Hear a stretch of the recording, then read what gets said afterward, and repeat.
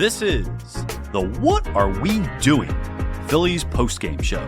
There is home field advantage, and then there's Philadelphia. We won the game. That was great. Let's go. What a catch. Philadelphia Phillies are your National League East champions. Recapping today's Phillies win, your host, Kevin Flannery. It feels like it's been absolutely forever since we talked, but it's been since Thursday. But because they don't play on Friday, it really screws everything up as the Phillies beat the Kansas City Royals today 6-1 on this 4th of July. By the time you're listening to it, it'll be the 5th of July. But as of right now, it's the 4th of July. So happy 4th of July, everyone. Hopefully you had a great day, and hopefully you got out there, enjoyed some 4th of July festivity that was not home Philadelphia baseball. So I'll go through this rant real quick. Every year I say the Phillies should play at home, guaranteed, on the 4th of July. No ifs, ands, or buts.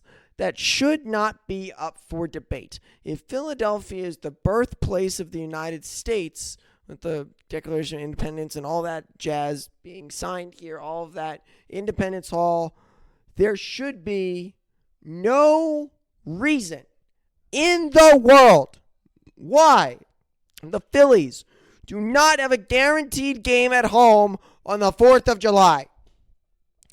It is ridiculous. Ridiculous. This year, they said it was because the World Cup that they put in here. But guess what? That would never have had to matter if you just always had this tradition. Always play on the 4th. A few years ago, they didn't even play on the 4th of July. But this year, it is unacceptable. You must be at home, especially on America 250. You're in Kansas City. Kansas City, you're not even close to home. Or the Phillies play the Nationals. They're in their division. Phillies play the Nationals, and they alternate who's home every year. Or you do that. Do something, because it is a shame. It is a sham right at the Philadelphia people and right at everybody. The Phillies should play at home on the 4th of July. Anyway, let's talk actual baseball. Need to get that rant out there. Phillies finally make it to 50 wins on the season. They beat up on the Royals, who are a terrible baseball team. 35-54 record for the Royals. The Phillies had 12 hits today. They had 12 hits today. A lot of them being the long ball, as JT Realmuto hit a 2-run home run in the 4th inning. Gabriel Rincones Jr. had 2 hits today, or 2 RBIs today. One of them was in the 4th inning on a solo home run, and one of them was in the 8th inning on a double. 6th inning, Bohm hit a home run, and then Turner scored in the 7th on a wild pitch. Offensively, Schwarber had 3 singles, brings that average almost to 260. All-star selections were also today. We'll talk about that in a second. Luzardo, 6 innings, 4 hits, an earned run, no walks, 9 strikeouts. Everyone that came out of the bullpen got a strikeout. John Bolin struck out the side after allowing a single. Kirkering had 2 strikeouts in the 8th, and Tim Mesa with a strikeout in the 9th inning. As for the offense, of course, Schwarber doing great. Schwarber, Marsh, and Bryce Harper are all all-stars for this Phillies team. They have all been selected as Major League Baseball All-Stars. The one that is the starter, however, is blanking on the name, Brandon Marsh. Brandon Marsh will be a starter for the All-Star game. 5 Phillies players were named to the All-Star game. Brandon Marsh, Christopher Sanchez, Johan Duran, Kyle Schwarber, and Bryce Harper have been all put to the All-Star game. Bohm and Stott did lose their position battles, so maybe they will make it at some point, but those guys are going to the All-Star game.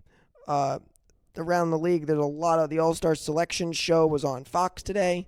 Of course, the All-Star starters for the National League, Drake Baldwin at catcher, Ohtani at the DH, Freddie Freeman at first base, Ozzie Albies at second base, Max Muncy at third base, C.J. Abrams at shortstop, Brandon Marsh from the Phillies in the outfield, Juan Soto from the Mets in the outfield, and Andy Pages from the Dodgers in the outfield. Of course, Baldwin's a Brave, Otani's a Dodger, Freeman's a Dodger, Albies is a Brave, Muncy is a Dodger, Abrams is a National.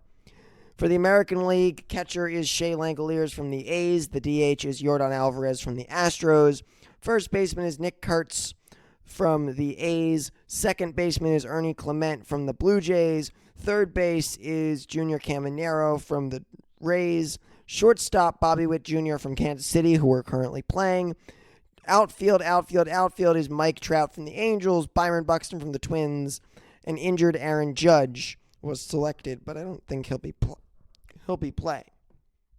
So, with that being said, the 96th MLB All-Star Game will take place in Citizens Bank Park. Maybe that's why the Phillies are on the road for the next week while Citizens Bank Park gets ready.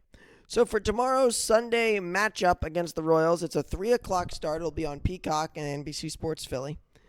The Phillies, of course, are not favored against one of the worst teams in the sport because our good friend Aaron Nola, with his 3.35 record, a 6.04 ERA, and an almost 1.50 whip in 85 innings, will be going up against Avila, who's 3-3 with a 5.40 ERA, a 1.67 whip in 46 innings. Phillies are not favored tomorrow afternoon's game. I will be on after the game, and hopefully the Phillies are now get to 52 wins. Have a good night, everyone, and happy